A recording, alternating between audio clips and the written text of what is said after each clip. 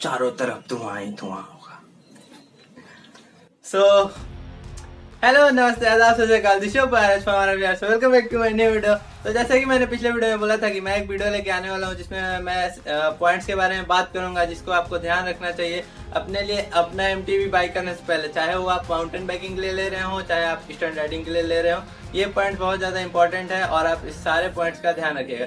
तो इसी के साथ चलिए इस इंफॉर्मेशनल वीडियो को स्टार्ट करते हैं आपके टेक गुरु राज स्टंट्स के साथ। तो जो फर्स्ट पॉइंट है वो ये है कि आपको हमेशा हार्डटेल फ्रेम लेना है, स्पेशली स्टंट राइडिंग के लिए। अगर आप माउंटेन बाइकिंग कर रहे हैं तो आपके लिए तो खैर डुअल सस्पेंशन जरूरी है, बट स्पेशली अगर आप स्टंट राइडिंग के लिए ले रहे हैं तो आप हार्डटेल फ्रेम छोड़ के कोई मत लीजिएगा। तो अगर किसी को नहीं पता कि हार्डटेल फ्रेम क्या होता है, तो बेसिकली जो साइकिल में सिर्फ फ्रंट में सस्पेंशन रहता है एंड बैक में कोई सस्पेंशन नहीं रहता है, वो रिजिड रहता है पीछे से, जैसे आप यहाँ पे फोटो देख पा रहे होंगे, तो उसको हार्डटेल बाइक कहते हैं। तो स्टंट राइडिंग के लिए आप हार्डटेल बाइक छोड़ के कोई भी साइकिल मत लीजिएगा। एंड अगर आप लोग माउंटेन बाइकिंग भी कोई करता है या करना चाहता है और स्टार्ट करना चाहता है, तो आई विल रिकमेंड यू कि आप भी हार्डटेल ही लेना, क्योंकि डुअल सस्पेंशन में बहुत मतलब आपको प्रॉब्लम आएगा और हार्डटेल से आप स्टार्ट करोगे तो बहुत अच्छा रहेगा। तो ये था फर्स्ट पॉइंट। तो चलिए चलते हैं सेकंड पॉइंट की तरफ। तो जो सेकंड पॉइंट ये है कि आपको अपने साइकिल में देखना है कि ड्राइडुलर हैंगर है कि नहीं। तो अब आप सोच रहे होंगे ड्राइडुलर हैंगर किस चिड़िया का नाम। तो बेसिकली ड्राइडुलर हैंगर एक हैंगर का टाइप है जिसपे आपका जो रियर ड्राइडुलर है गियर चेंज करने का मशीन वो अटैच रहता है। तो बेसिकली जो है ड्राइडुलर हैंगर दो तरीके के आते हैं, कि इनबिल्ट फ्रेम में लगा हुआ आता है और एक अलग से आपके साइकिल के रियर टायर के नट में अटैच किया हुआ रहता है। तो आपको देखना है कि आपका जो ड्राइडुलर हैंगर है, आप जो साइकिल लेने वाले हैं उसमें अलग से लगा हुआ हो, इनबिल्ट ड्राइडुलर हैंगर लगा हो, जिसमें आप वो साइकिल से एकदम दूर हो जाइएगा, एकदम उसको त्याग दीजिएगा।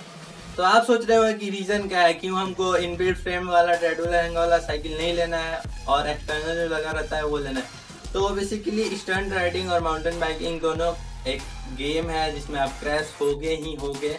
तो इसीलिए जो इनबिल्ट फ्रेम में ड्राइडुलर हैंगर लगा हुआ आता है, वो अगर आप गिरते हो क्रैश करते हो तो अगर वो टूट जाता है तो आप समझ सकते हो आपका फ्रेम पूरा डिस्ट्रॉय हो जाएगा। फिर आप गियर, और अगर बेंट भी हो जाता है तो आपको गियर चेंज करने में प्रॉब्लम करेगा एंड ऑल अदर्स प्रॉब्लम।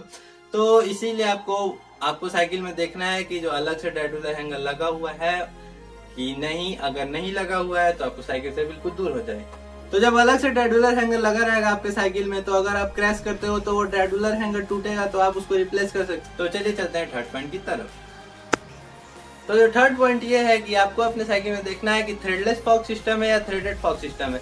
तो अब जिनको नहीं पता कि थ्रेडलेस क्या होता है और थ्रेडेड क्या होता है, तो बेसिकली जो थ्रेडलेस फॉक सिस्टम रहता है उसमें आपका फॉक डायरेक्ट हेड ट्यूब के अंदर जाता है एंड ऊपर स्टेम को टाइट करके आप अपना हैंडल रोटेट करने लगते हो। और जो थ्रेडेड फॉक सिस्टम रहता है उसमें क्या होता है कि आपके हैंडल में कोई जॉइंट सा चीज रहता है जो आपके सस्पेंशन से अटैच होता है हेड ट्यूब के बीच में, जिससे आपका हैंडल रोटेट करता है। तो बेसिकली जो थ्रेडेड सिस्टम है वो ओल्ड टाइप है और आपको इसलिए नहीं लेना है थ्रेडेड, क्योंकि जितने भी अच्छे सस्पेंशन आते हैं ब्रांड की तरफ से, जैसे अगर आप अभिषेक भैया को देखते होगे, वाजिद भैया को देखते होगे, तो वो लोग के साइकिल में जो अच्छे अच्छे फॉक्स लगे हुए वो सारे थ्रेडलेस फॉक्स है। तो अब आप सोच रहे होंगे कि मैं थ्रेडलेस क्यों लूँ, थ्रेडेड क्यों नहीं ले सकता। तो बेसिकली जो आपको थ्रेडलेस फॉक्स सिस्टम है उसमें आप ग्रेविटी मिलता है बहुत ज़्यादा, आप अच्छे अच्छे फॉक्स लगा सकते हो, लाइक 12-13 हज़ार वाले फॉक्स और भी महंगे वाले फॉक्स लगा सकते हो। लेकिन जो थ्रेडेड सिस्टम रहता है उसमें कोई अच्छा फॉक नहीं आता, महंगा कोई कंपनी नहीं बनाती। तो बेसिकली बहुत ओल्ड जनरेशन का ये हो गया इसीलिए।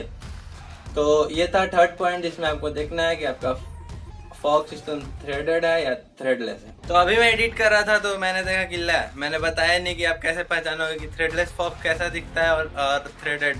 तो बेसिकली जो थ्रेडलेस फॉक सिस्टम रहता है उसके आप हेडसेट के ऊपर आपको ऐसा कुछ दिखेगा, तो उसमें ऊपर कोई भी नट नहीं कसा रहता है। लेकिन जो थ्रेडेड फॉक सिस्टम रहता है उसमें आप देखोगे कि ऊपर दो ऐसे नट कसे रहते हैं बड़े बड़े, जिससे आप देख के पहचान पाओगे कि हाँ ये थ्रेडलेस सिस्टम है और ये थ्रेडेड फॉक सिस्टम है। चलिए चलते हैं फोर्थ पॉइंट की तरफ। तो जो फोर्थ पॉइंट ये है कि आपको अपने साइकिल में देखना है कि डुअल डिस्क ब्रेक का सपोर्ट मिलता है कि नहीं।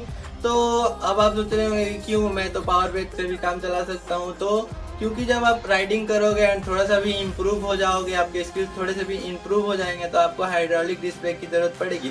तो आप अगर आपके साइकिल में इन फ्रेम जो आता है आप यहाँ पे देख पा रहे होंगे, जिस पे हाइड्रोलिक डिस्क ब्रेक को अटैच किया जाता है, वो अगर नहीं रहेगा तो आप हाइड्रोलिक डिस्क ब्रेक नहीं लगा पाओगे।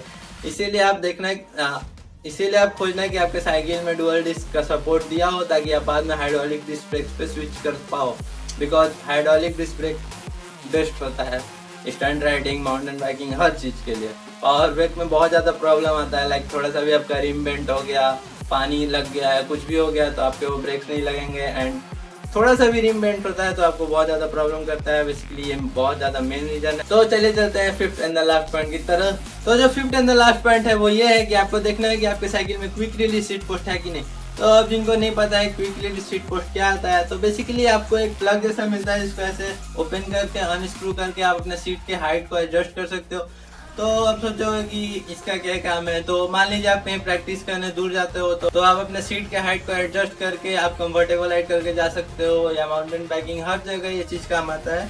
तो इसीलिए अगर आपको मिले तो, लेकिन आजकल मोस्टली साइकिल में अवेलेबल भी है ये तो, लेकिन ये पॉइंट है जिसका आप ध्यान में रखना। तो यही था आज का वीडियो। आई होप सो कि आपको ये वीडियो अच्छा लगा होगा। अगर आपको ये वीडियो अच्छा लगा तो इस वीडियो को लाइक कर दो। पिछले वीडियो का लाइक एम था 50 लाइक, वो भी कंप्लीट नहीं हुआ, और इस वीडियो का लाइक एम भी है 50 लाइक, जो कि उम्मीद नहीं है मेरे को, लेकिन फिर भी अगर आपको कोई भी सवाल है तो आप कमेंट करना। और ऐसे तो कोई वीडियो शेयर करता नहीं किसी का, तो मैं वो नहीं बोलूँगा।